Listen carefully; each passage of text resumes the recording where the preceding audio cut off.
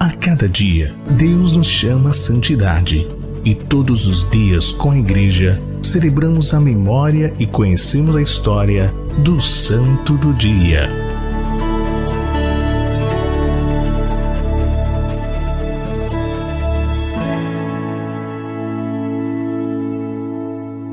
Apoio: Ingazeiras Construções, Vernas Brasil, Produtos Indove, Panificadora Quero Pão, Lava Jato Imperial, Malu Baby enxoval para bebê e batizado e Estaque Contabilidade.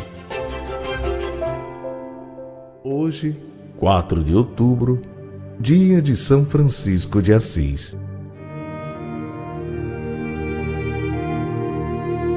Filho de Pedro Bernardone, Francisco nasceu entre 1181 e 1182, na cidade de Assis, Itália. Seu pai era um rico e próspero comerciante. Foi batizado em Santa Maria Maior com o nome de João Giovanni. Mas quando Pietro Bernardone voltou de uma viagem à França, mudou de ideia e resolveu trocar o nome do filho para Francisco, prestando uma homenagem àquela terra. Segundo a maioria dos biógrafos de São Francisco, o caráter e as qualidades melhores lhe vieram da mãe. Como todo jovem ambicioso de sua época, Francisco desejava conquistar, além da fortuna, também a fama e o título de nobreza. Para tal, fazia-se necessário tornar-se herói em uma destas frequentes batalhas. No ano de 1201, incentivado por seu pai, ele partiu para uma guerra que os senhores feudais haviam declarado contra a Comuna de Assis. Em 1202 e 1205, encontramos um Francisco inquieto. Não é apenas a consequência de uma doença longa e misteriosa, é a inquietude de quem está incerto quanto ao sentido de sua vida. Ele decide ser cavaleiro e vai, em nome da honra, defender a Igreja e seus interesses convocados pelo Papa Inocêncio III. Na cidade de Spoleto, sintomas de febre fizeram com que Francisco não pudesse partir. Ali, pensou ter ouvido a voz do Senhor com quem dialogou. Francisco, o que é mais importante? Servir ao Senhor ou servir ao servo? Servir ao Senhor, é claro, respondeu o jovem. Então por que te alistas nas fileiras do servo? Senhor, o que queres que eu faça? Volta a Assis e ali te será dito, diz a voz. Em busca de respostas, decidiu viajar para Roma, isso no ano de 1205.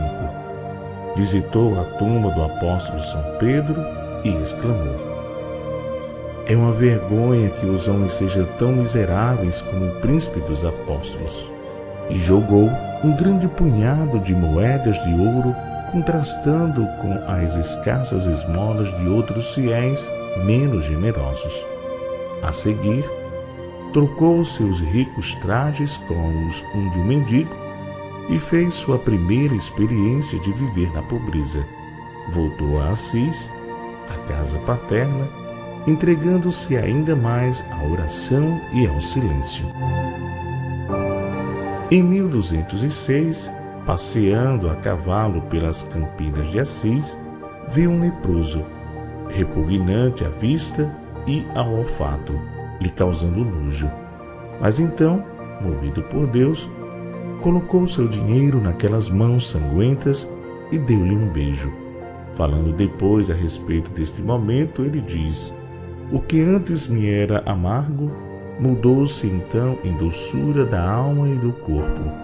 A partir deste momento, pude afastar-me do mundo e entregar-me a Deus. Pouco depois, entrou para rezar e meditar na pequena capela de São Damião, semidestruída pelo abandono. Estava ajoelhado em oração aos pés de um crucifixo, quando uma voz saía do crucifixo lhe falou: Francisco, vai e reconstrói a minha igreja que está em ruínas.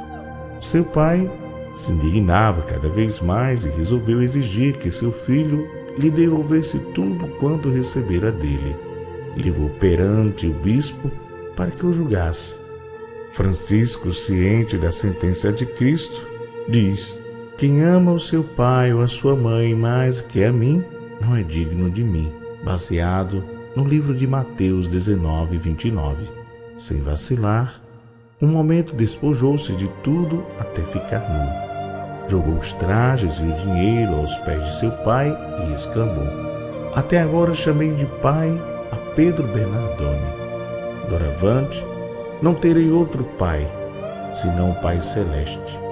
O bispo então o acolheu, naquele momento em diante cantando: sou o arauto do grande Rei Jesus Cristo. Afastou-se de sua família e de seus amigos e entregou-se ao serviço dos leprosos e à construção das capelas da cidade. Quando estava quase encerrando a reconstrução da capelinha de Santa Maria dos Anjos, perguntava-se o que faria, o que Deus queria dele. Então, certo dia, Francisco escutou durante a missa a leitura do Evangelho. Sem túnicas, sem bastão, sem sandálias, sem provisões, sem dinheiro no bolso. Tais palavras encontraram eco em seu coração e foram para ele como intensa luz. E exclamou cheio de alegria: é isso precisamente o que eu quero. É isso que eu desejo de todo o coração. E sem demora começou a viver como o faria em toda a sua vida a pura letra do Evangelho. E repetia sempre para si e mais tarde também para seus companheiros: nossa regra de vida é viver o Evangelho de nosso Senhor Jesus Cristo. A partir de então, Francisco saiu a pregar, percorrendo as vizinhanças e levando o Evangelho. Não tinha intenção nenhuma de adquirir seguidores, somente viver sua vida austera e evangelizar. Porém, logo Bernardo de Quintaval se juntou e, pelo caminho, juntou-se aos dois Pedro de Catânia. Por 3 vezes, abriram o livro do Evangelho e as 3 respostas que encontraram foram as seguintes: se queres ser perfeito, vende o que tens e dá ao pobre. Depois vem e segue-me. Não leveis nada pelo caminho, nem bastão, nem alforge, nem uma segunda túnica. Se alguém quer vir após mim, negue-se a si mesmo. Tome a sua cruz de cada dia e siga-me. Isso é o que devemos fazer, e é o que farão todos quantos quiserem vir conosco, exclamou Francisco, que subitamente viu brilhar uma luz sobre o caminho que ele e seus companheiros deviam seguir. Finalmente, encontrou o que por tanto tempo havia procurado. Isso aconteceu a 24 de fevereiro de 1208, dando início à fundação da Fraternidade dos Irmãos Menores.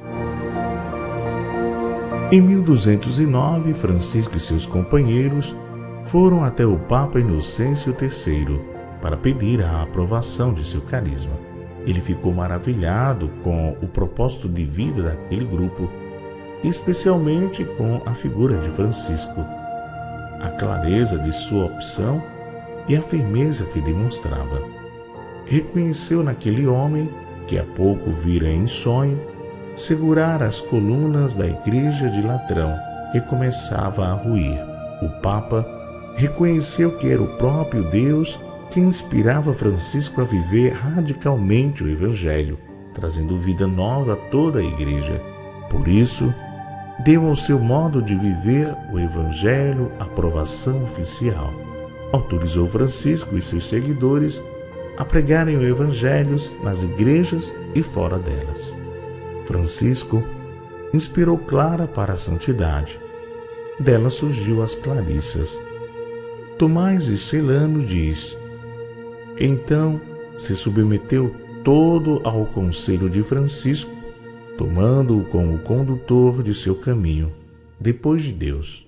Por isso, sua alma ficou pendente de suas santas exortações e a acolhia um coração caloroso tudo que ele lhe ensinava sobre o bom Jesus. Já tinha dificuldade para suportar a elegância dos enfeites mundanos e desprezava como lixo tudo que aplaudem lá fora para poder ganhar a Cristo. Todos os anos, de 15 de agosto a 29 de setembro, Francisco tinha o costume de preparar-se com uma quaresma de oração e jejum para a festa de São Miguel Arcanjo. No ano de 1224, ele teve a visão do serafim alado e recebe os estigmas. Seu estado de saúde piora muito a partir daí. Era final de agosto. Em 1226, pede para ser levado à Porciúncula. No dia 3 de outubro, à tarde, Francisco morre cantando Morte Suscepit. No domingo seguinte, é sepultado na igreja de São Jorge, na cidade de Assis. No dia 16 de julho de 1228, Francisco foi canonizado pelo Papa Gregório IX, tornando-se o padroeiro dos animais pela sua admiração e relação estreita com a natureza. Também foi elevado a padroeiro principal da Itália em 1939 por Pio XII. São Francisco de Assis, rogai por nós. E aí, você gostou da história do santo de hoje? Se você ainda não é inscrito no canal, eu te convido a inscrever-se. Não esquece de ativar a notificação para que cada vez que lançarmos um novo vídeo, você seja comunicado. Compartilhe com teus amigos em tuas redes sociais. Evangeliza conosco. Até a nossa próxima história. Você ouviu a história do Santo do Dia. Narração e produção, Rosivaldo Pedro. Apoio: Ingazeiras Construções, Vernas Brasil, Produtos Indove, Panificadora Quero Pão, Lava Jato Imperial, Malu Baby enxoval para bebê e batizado e Estaque Contabilidade.